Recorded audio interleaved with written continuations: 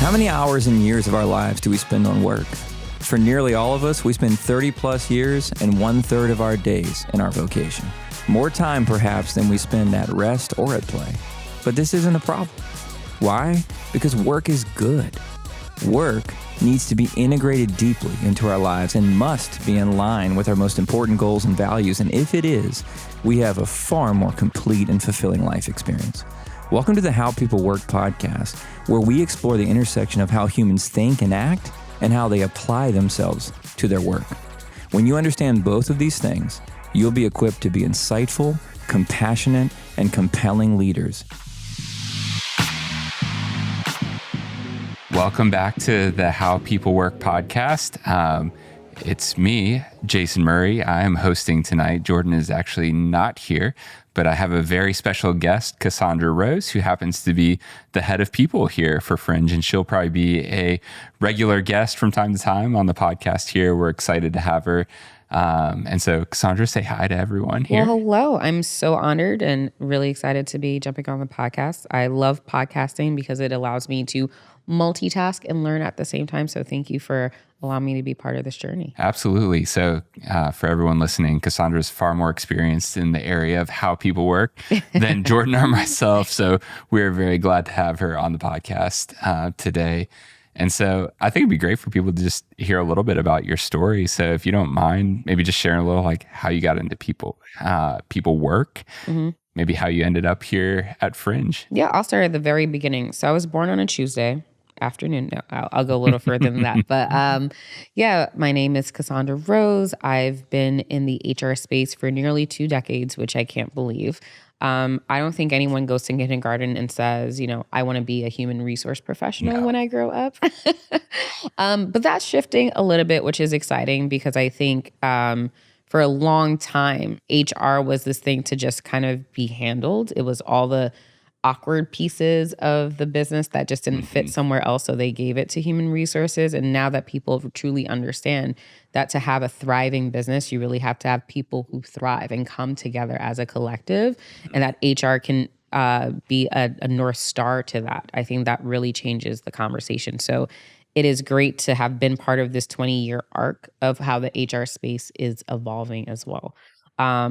Though I fell into HR, one of the things that I made sure I did was go back and get a master's degree in human resources, because I think it's important to understand how the academic and the theoretical portion of it can also apply to the real life experiences. What you learn in a classroom doesn't always translate into real life. And sometimes real life situations require frameworks to really push things forward. So I'm happy to have both of those things. I've also been certified. I'm saying all these things just to showcase that I really, truly believe in this discipline. And I really believe in the fact that if you have enough people who come together and say, if I care about my people and I pay people to care about my people and focus on them, that actually frees up other leaders within the organization to focus on what they do best. Yeah. And that's how we all rise to the top. Do you remember when we first met? Perhaps it may have been over a call, a demo. Yes. Is that right? It was, yeah. The funny thing is, I don't know if I've ever told you this, but when I first met you, it was on a discovery call where somehow we had gotten connected. You were at Sprinkler at the time. That's and right. There was some at least modest interest in Fringe, and I got on the call, and I recall thinking to myself when we were having that conversation, if we ever get a chance to hire this woman, we should hire her. Oh my goodness. Lo and behold, here we are. You're our head of people here at Fringe. So amazing. Serendipitous. Well, if you can also hope for me that I win the lotto next week. Yes. Because apparently your positive thinking work this great. I hope I could do that for you. Thank you. But then you'd probably leave us. So. No, it depends on the lottery winnings. So something you said, and I'm actually interested in your thoughts on this question. You know, you mentioned that, you know, because you've been in people work for 2 decades, you know, you've seen some of the changes, some of the trends going on. And so for you, what are some of the biggest things that have been changing in your line of work over the last 20 years and maybe in the last couple of years? Especially, it feels like some of those things are really, you know, changing for the good, I think, but would love to hear what you're seeing in people work and how that's changing. Yeah, I think there's a lot of cyclical trends that are appearing, and I think we just rebrand them. I got into the HR space and primarily into the financial industry right around the time that we had a financial crisis in this country. And so it went from, the heyday of banking being the big thing that everyone wanted to go work in, and a pullback of that because people saw something that they saw as a livelihood that they could have for 40 years, retire richly, just be so negatively impacted. And we're seeing that now in the tech space where tech was the hot thing. Everyone was telling everyone, go to college, get a tech job. You're going to be safe. It's all on the rise. And now we're seeing this disproportionate amount of layoffs that are happening and quiet quitting, and just seeing companies that were what unicorns and decacorns fall from grace. And so I don't think necessarily that there's just bad leaders who just move from one space to another. What I think happens is that we move away from the primary responsibility of what we're supposed to be doing at work. And what that truly means is that there's some focus that's lacked, or sometimes bad actors, let's be honest. But I think this gives us another opportunity to look behind the curtain and say, what about the companies that aren't laying off? Or what about the companies that are doing it in as much as possible a very ethical way? What are they doing that's so different? That they have boomerang employees, they have people who come back.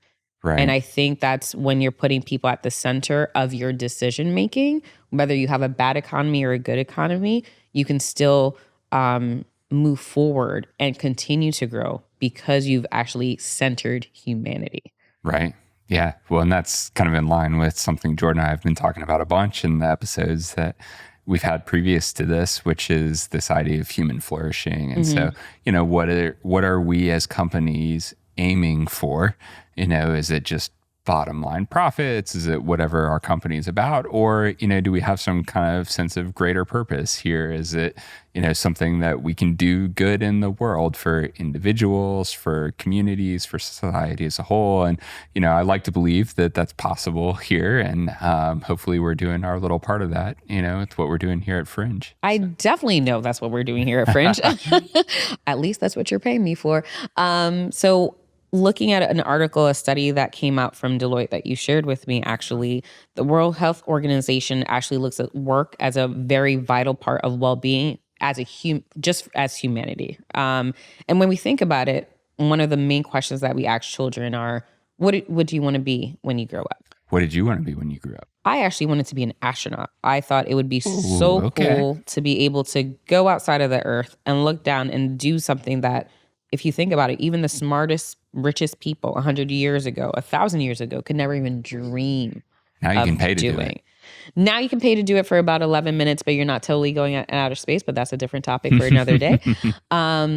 Just blending science, math, art, and what does it mean to be alive, to me is something interesting. And honestly, I feel like I do that every day, being in HR and being not just in the people space, but working at a company that talks about how to help people flourish, because there's art to it and there's science behind it, right? Like being in the well-being space doesn't mean that you're doing soft things or things that aren't meaningful. You're taking dollars to make sure that you're investing in people in a way that shows up for them outside of the four walls or the Zoom walls that they're working in.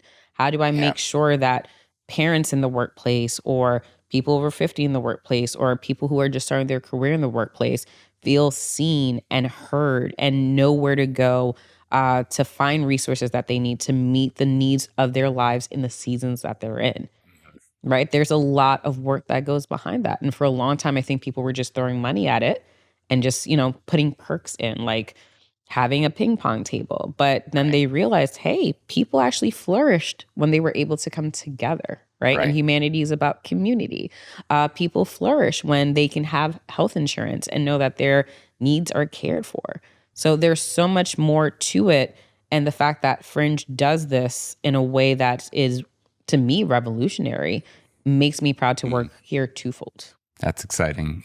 Well, we hope to do that, and we hope to inspire others. And I think that, for Jordan and myself, is a big part of what's exciting to us about this endeavor, to begin with, because when I look at my own journey, there's really no business I have doing what I'm doing right now. I was a religious studies major in college. I have no tech background whatsoever. I mean, there's just a bunch of time in nonprofit. And so, in some ways I look at what we're doing here with Fringe and feel like, well, I really have no business whatsoever doing that. And Jordan has a very similar story to myself, oddly enough.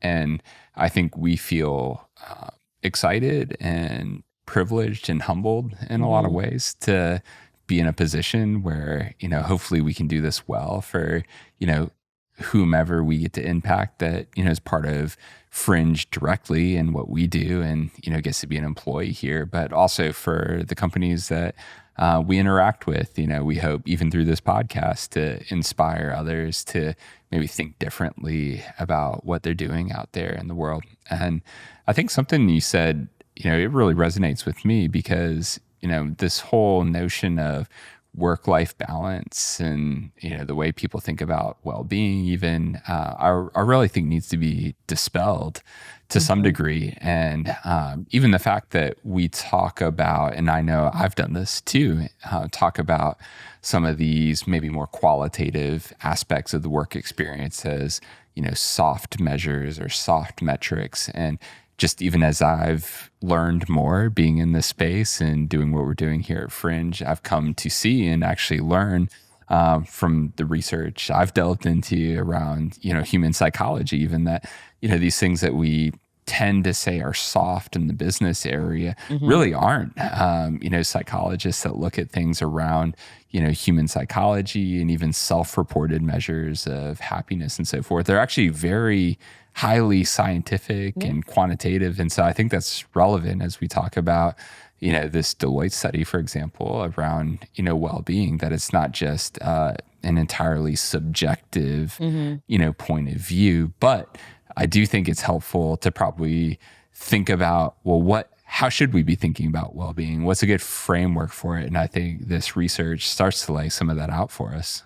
Yeah. And I would even go as far as to say that it's very easy to point to leadership, right? Top line leadership and say, these people should be modeling what well-being looks like, or to go to HR and say, HR, you're responsible for creating that for us.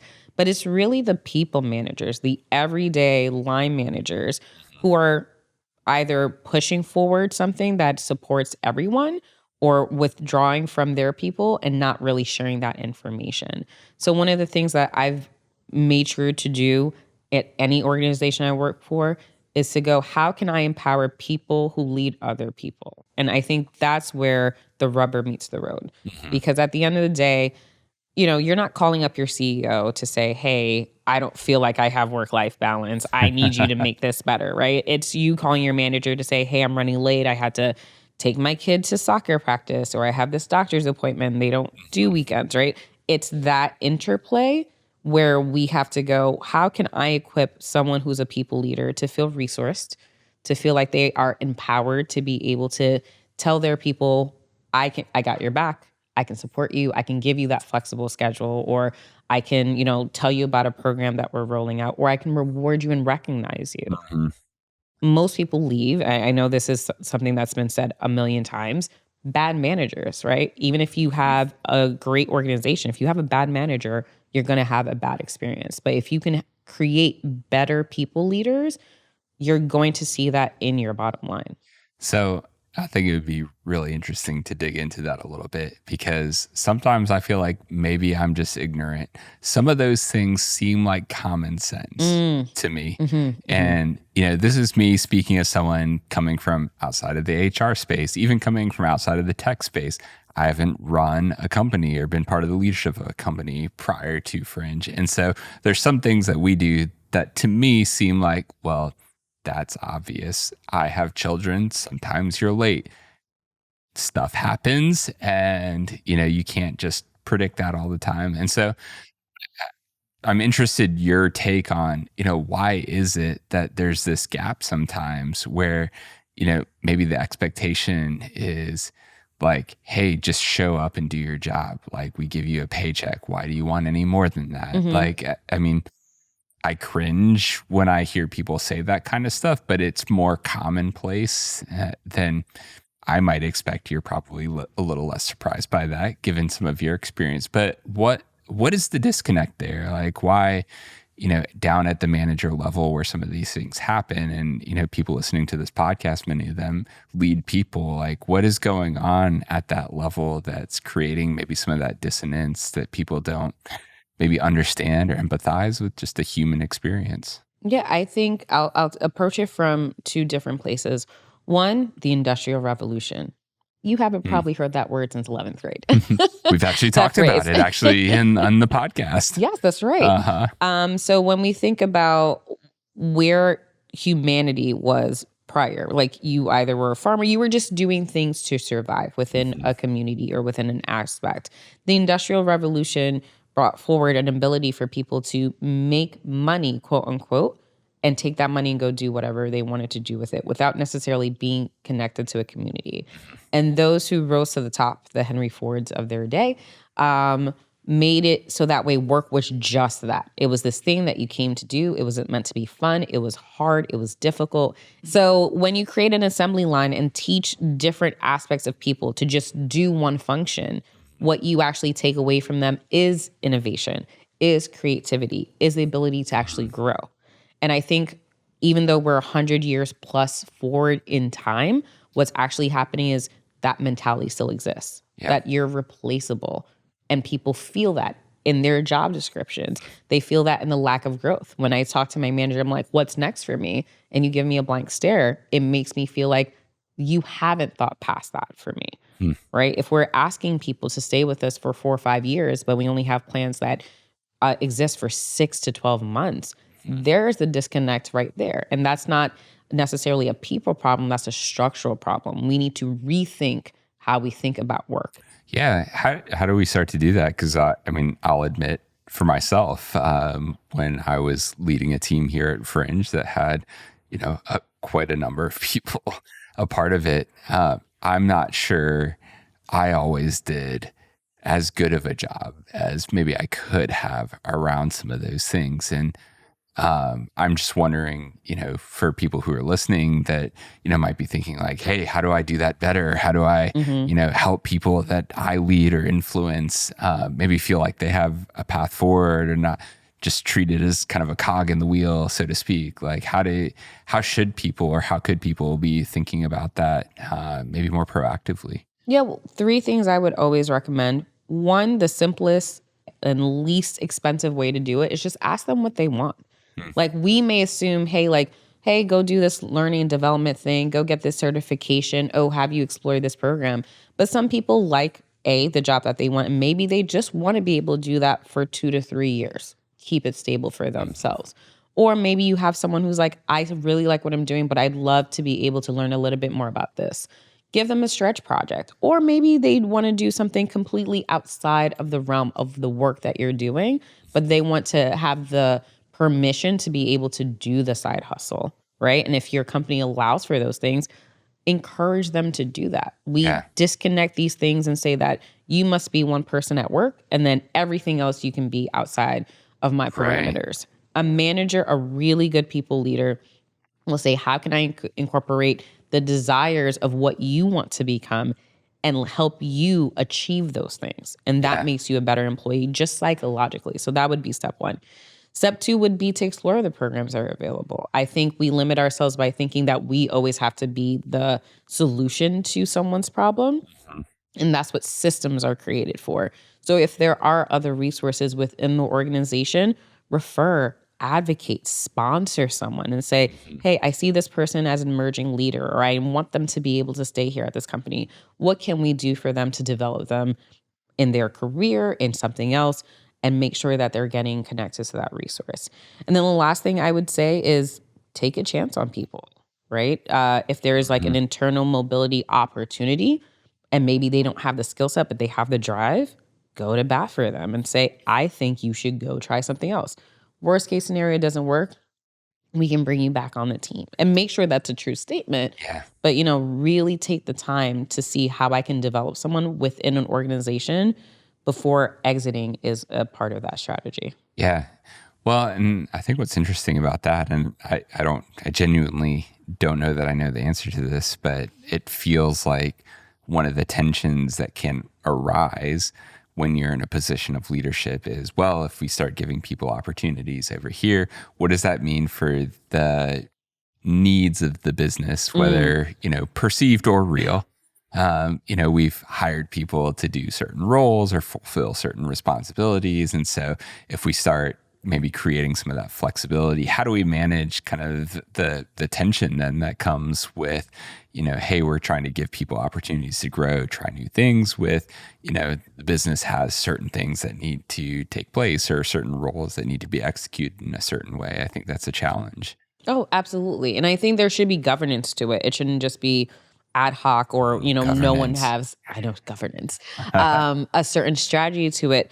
But what I would say is that any company that's growing always has an opportunity for somebody, right? You're either giving it to the people who are currently within the organization or you're giving it to people who are new to the organization. But nothing that's living, which an organization is, doesn't come with new challenges presented, whether it's the economy, whether it's, a political cycle going on, whether it's just your own organization going through its maturity phases. You're always going to find opportunities. So I can't imagine there's ever a time that you're so stagnant that that's not a possibility. Yeah, I think that's true. And I think it's probably then incumbent upon managers of people then to be having these conversations proactively. And it's probably helpful to have frameworks for understanding like, hey, how do I have conversations with my people that can help kind of guide them towards places that give them life, help them feel more connected to the work that they're doing. So one of the things to me, I don't know that I always did this well, but I would always ask people, what are you most excited about? So to the degree that you can do work that you're good at and that you feel excited by and have most of your day filled with those kinds of things, then your work experience is going to be more positive. And so trying to orient maybe projects that employees are part of towards that kind of work seemingly is more critical. But I think what's interesting then is managers then need to feel that they have that autonomy, right? 100%. And latitude to be able to maybe give people, work that's a little bit outside of, a really formulaic kind of job description. Because I think what you're describing is a vision of work that helps people feel more connected, helps people grow, feel more alive in what they're doing, but also requires a level of, hey, maybe the outcome every single time isn't going to be exactly what we expected. Or maybe sometimes, this project that we assign somebody to, it's just going to kind of bomb out. But, we shouldn't have that individual feeling that their job is jeopardized because that particular project maybe didn't go well, because we're willing to experiment. We're willing to let people fail. And I think that's probably an important part of the experience is, letting people know that, hey, failure is part of growth, not just for the individual, but also for the organization to learn, like, in giving people these opportunities to grow, it's not always going to go exactly the way that we think. Oh, I think that's a beautiful segue into that second part. So we're thinking about one, just the structure of work and rethinking it. But second, communication. Because I think exactly to your point around managers having the authority. Do we empower our people leaders to actually lead? Or do we just give them a bunch of random information and say, best of luck? If your team is successful, that was, us and you. But if your team failed, it was completely you. Right. And leaving them out to dry in that way. Responsibility. 100%. And so when I think about what you're saying, giving people appropriate space to fail, a lot of times people just are terrified to fail because some of it is schooling, right? If you just got an F, there was really no coming back from that. But some of it has also been, again, this idea of if you separate work so that way I only work on one thing, if I do feel like that one thing, there is no space for me to go and try something else. Yeah. And one of the ways that I live my personal life is to focus more on what I'm good at and just manage the things I'm bad at. And sometimes we try to get people to be better at the bad things. And improve your weaknesses. Right. Improve your weaknesses. But what you should do is be sharpening your strengths. Yeah. And just so be really good at what you're good at. You should be great at what you're good at. And let's fix the other things. Let's tweak it. So that is really where you get people to understand their assets. And sometimes I think organizations may be worried that what if we get someone so good that they leave us? And one of the things that we have to realize is there is no 40-year career anymore. Not anymore. People are going to leave us. But if they leave you and they champion you after, they can actually sometimes do even more for you than when they were a current employee. And that's why you're seeing boomerang employees continue to grow as a huge population of people who come back to an employer because they need to go out, get the experience that they need to get, but they want to bring it back because you've created such a place that makes them desire to come back and do great work. Yeah, so that brings up an idea that I'm kind of interested in. I'm curious what you think of it. And, you know, I don't have fully formed opinions on it yet necessarily, but we're a software company here at Fringe. And so as a software as a service, SaaS company, as people call it, there's certain metrics that you think about. And so lifetime customer value is one of them. And I came across a post, I think it was on Medium recently, where they talked about lifetime employee value. And so obviously when you first hire an employee, you know, there's a cost, you got to bring them on, the cost of hiring, et cetera, et cetera. And so really it's a sunk cost until a certain level where an employee reaches, you know, productivity. And so I think the tension that I'll acknowledge is always, well, people aren't numbers, people aren't just money. And I fully agree with that point of view. But there's something I think to what you just said, which is, well, people aren't going to be here 40 years, but in order for it to work economically for businesses, it's like, well, you need people to be at an organization long enough that they reach a level of productivity or lifetime employee value that is at least greater than what it costs to bring them on. And so I'm curious kind of what you think about that as a paradigm for maybe how we think about, you know, the time that employees spend at an organization. Yeah, I first of all, I want to bring that here because I love that concept because it's not just about the dollars and cents, but it's also helping people to understand their own value of what they bring to the workplace. When you come in, can you bring in the value of what your salary is representing? Not because I'm just trying to get you to a hard and fast number, but it helps you to better negotiate for yourself, to understand your true value of from an economic standpoint of financial stability. And that's what we're all seeking, right? Like work should be fun, but work also gives us the ability to seek out things that maybe for myself growing up in an environment where both of my parents were blue collar workers, you know, I didn't need for anything, but we didn't necessarily have a lot of excess.